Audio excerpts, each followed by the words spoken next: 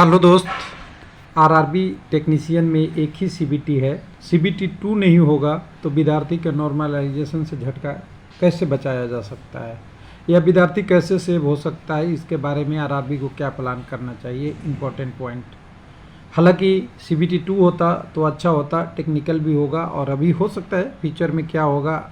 कहीं से न्यूज़ आ रही थी कि कुछ ना कुछ चेंज होने की बात चल रही है या सीबीटी 1 में ही कुछ क्वेश्चन बढ़ जाएंगे या जो भी हो सकता है, लेकिन ऑफिशियल न्यूज़ कहीं नहीं है। इसलिए मैं गलत किसी को सजेशन देने की बात करता ही नहीं कभी कि मैं बोल दूं कि ऐसा ही होगा। पहले भी 2-3 वीडियो बना रखे हैं, उसकी भी यही बात किया है।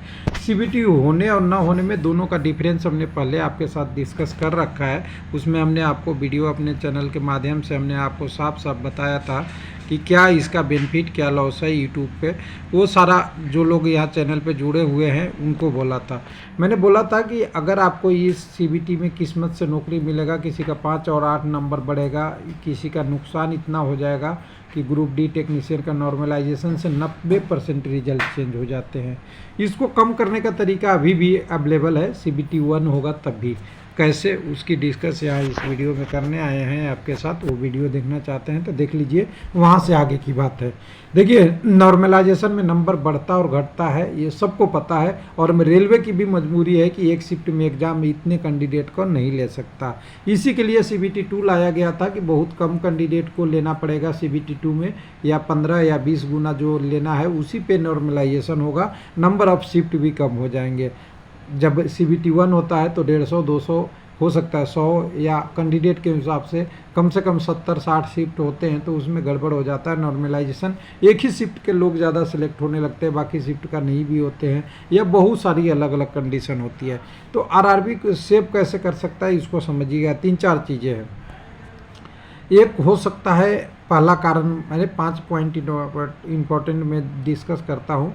पहला पॉइंट मैं आपके साथ एकदम ओपनली बोलता हूँ, क्वेश्चन पेपर। क्वेश्चन पेपर का सिलेक्शन ऐसे किया जाए कि एक ट्रेड का कैंडिडेट एक दिन सारा आ जाए उसी क्वेश्चन में। जैसे मान लीजिए आप आईटीआई में जानते हैं, इलेक्ट्रीशियन है, सिग्नल है, टेलीकॉम है, एफसी है, आपका जो भी आपका जो अलग अलग आईटीआई वेल्डर, टर्नर, मोल्डर है, उनकी एक दिन पेपर लिया जाए और उनका नॉर्मलाइजेशन का जो फार्मूला है उसी क्वेश्चन से लगाया जाए। यानी दूसरा क्वेश्चन यही है, पहला क्वेश्चन है कि एक दिन में पेपर हो और उनकी नॉर्मलाइजेशन जो हो उन्हीं कैंडिडेटों के साथ हो, किन कैंडिडेटों के साथ जो उनका कंपटीटर है, उस कैटेगरी का कंपटीटर है। हालांकि ये डिफ़िकल्ट है क्योंकि एक आदमी सब चॉइस को भर देता है, लेकिन उस चॉइस को ख़त्म करने के लिए ग्रुप तो है ही है ना। इलेक्ट्रिकल वाले जिसमें भर सकते हैं उसी ग्रुप के पेपर ले लिया जाए, ये एलिमिनेट हो जाएगा ये दोनों कारण से, और कैंडिडेट की भलाई हो जाएगी। नॉर्मलाइजेशन में बहुत ज़्यादा अंतर नहीं पड़ेगा।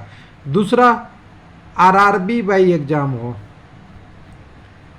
दूसरी या तीसरी कह सकते हैं। आरआरबी बाई एग्ज़ाम होने से क्या होगा, एक आरआरबी के कैंडिडेट अपने आरआरबी से कंपटीशन होगा, और इसी में तीसरा या चौथा कह सकते हैं साथ के साथ, अगर आरआरबी बाई एग्ज़ाम हो तो जो इनकी नॉर्मलाइजेशन हो वो उस आरआरबी से ही कंपेयर किया जाए, न कि ऑल इंडिया के आरआरबी से। यानी रिजल्ट बनाते वक्त उस आरआरबी के कैंडिडेट के जितने सभी शिफ्ट हैं उनको एक साथ ला लिया जाए और उन्हीं का रिजल्ट बने। हालांकि कंप्यूटर से ये करना बहुत आसान है, ऐसे देखने में तो बहुत डिफ़िकल्ट लगेगा कि एक आरआरबी के साथ हो। एक आरआरबी में 20-30 हज़ार कैंडिडेट हैं तो 20-30 हज़ार करेंगे तो एज ए सीबीटी 2 जैसा ही बहुत कम कैंडिडेट हो जाएंगे, तो नॉर्मलाइजेशन में बहुत ज़्यादा नंबर ऊपर नीचे नहीं बढ़ेगा। हालांकि नॉर्मलाइजेशन में बढ़ता ऊपर नीचे है ही है। तीसरा आपका यहाँ पे, इसका तीसरा कह सकते हैं, चौथा भी आप ले सकते हैं। चौथा है कि जो कैंडिडेट एक से ज़्यादा पोस्टों के लिए एलिजिबल है, वेल्डर, टर्नर, मशीनिस्ट वगैरह वगैरह वगैरह, उनकी एक से ज़्यादा बार स्कोर को काउंट किया जाए। एक बार इलेक्ट्रिकल में उनकी एक स्कोर बना दिया जाए और उसको एक अलग से दिया जाए। इसका एग्जाम्पल आपके पास जूनियर इंजीनियर है जिसमें मेरिट इंडेक्स निकलती है, नॉर्मलाइजेशन नहीं निकलता है। इसमें क्या होता है, इलेक्ट्रिकल, इलेक्ट्रॉनिक्स, मैकेनिकल सबका एक मेरिट इंडेक्स बना के उन्हीं के हिसाब से उनको नंबर मिलता है, और वो मेरिट इंडेक्स 1000 नंबर के टर्म में होता है। तो वो वेरिएशन को बहुत कांस्टेंट करके कैचअप कर लेता है। हालांकि उसमें भी नंबर कम ज़्यादा बहुत होते हैं, लेकिन उसको कैचअप कर लेता है सारा कैंडिडेट का। और फाइनली कह सकते हैं कि फाइनली इसी में सॉल्यूशन है। अगर एक ही सीबीटी लेना है तो सीधा सीधा कैंडिडेट का जो पेपर है ना, उसको उनके ट्रेड से लिंक, क्वेश्चन तो है ही है, लेकिन उनके ट्रेड वाले से कंपटीशन करा दीजिए। एक दिन में पूरा इलेक्ट्रिकल से रिलेटेड क्वेश्चन ख़त्म। यानी कोई भी आरआरबी हो, अलग अलग आरआरबी हो, इसमें से एक भी कर लेंगे तभी हो जाएगा।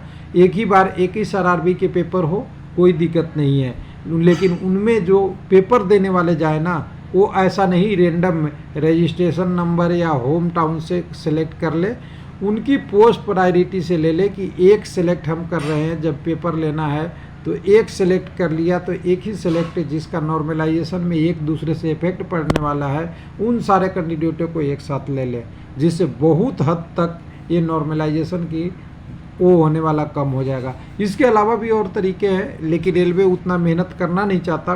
गलती कहाँ हो जाता है ये ध्यान दीजिए। गलती ये हो जाता है कि एक दिन में रजिस्ट्रेशन नंबर या रोल नंबर या आपके एड्रेस से पेपर उठा लिया जाता है और रैंडम आरआरबी चूज कर लिया जाता है, उसी में से पेपर होता है। और मान लीजिए कि पहले दिन ये क्या होता है, आरआरबी जो चूज किया इन्होंने, कोलकाता किया, चेन्नई किया, दूर दूर करते हैं, एक दिल्ली कर लिया और एक मुंबई साइड में अहमदाबाद कर लिया। ये 4 आरआरबी का इन्होंने एग्ज़ाम एक बार, इनकी 4 आरआरबी कोलकाता, चेन्नई, अहमदाबाद और दिल्ली से करता तो अच्छा है कि इन्हीं से साथ कंपटीशन हो रहा है। लेकिन रेलवे क्या कर देता है, इनकी कंपटीशन 17 बच्चे हुए और आरआरबी है 21 में से, उनके साथ नॉर्मलाइजेशन कर देता है। एक बिल्कुल अन्याय है। अगर इनका पेपर अलग हुआ है, इनका प्रोसेस अलग हुआ है, तो एक ही सीबीटी लेना है तो फिर एक साथ क्यों नॉर्मलाइजेशन। अगर जैसे सीबीटी 2 होता था, उसमें सीबीटी 2 में क्या होता था कि एक साथ इलेक्ट्रिकल इलेक्ट्रॉनिक्स का पेपर होता था या एक अलग होता था, जिससे कारण से नॉर्मलाइजेशन बच जाते थे।